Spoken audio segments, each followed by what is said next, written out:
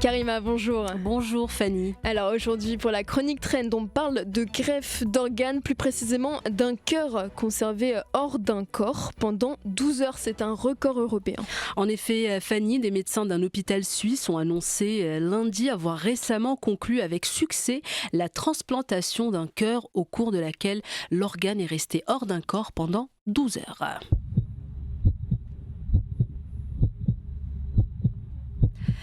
Alors les spécialistes ont conservé un corps humain pendant 12 heures après son extraction du corps d'un donneur et puis voilà, donc c'est la première fois en Europe apparemment d'après ces experts de la santé, ces médecins d'un hôpital suisse. Et alors la bonne nouvelle, c'est que l'organe a ensuite été greffé à un patient et l'ensemble des opérations s'est déroulé avec succès.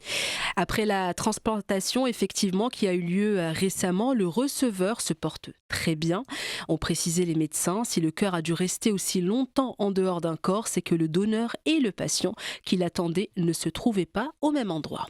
Il est bon de rappeler que généralement dans ce type de situation, le transport de l'organe se fait par voie aérienne pour gagner un maximum de temps. Tout à fait Fanny, mais ce qui s'est passé, c'est qu'après le prélèvement, les conditions météo ont toutefois empêché l'équipe d'experts de se déplacer en avion.